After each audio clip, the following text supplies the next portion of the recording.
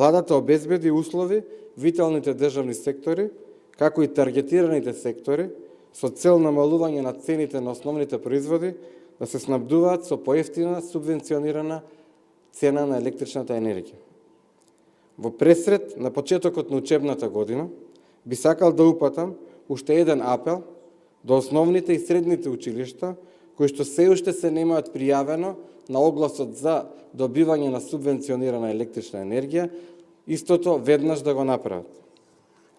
Министерството за образование во текот на вчерашниот ден исто така ги повика училиштата да аплицираат на повикот за субвенционирана електрична енергија, за што службите на ЕСМ им стојат на располагање. Рокот за пријавување на субвенционирана електрична енергија за периодот од 1 февруари 2023 година завршува во петок на 20 јануари 2023 година. Заеднички интерес е децата да имаат непречена настава и топли училници, а училиштата да имаат помали сметки за електрична енергија.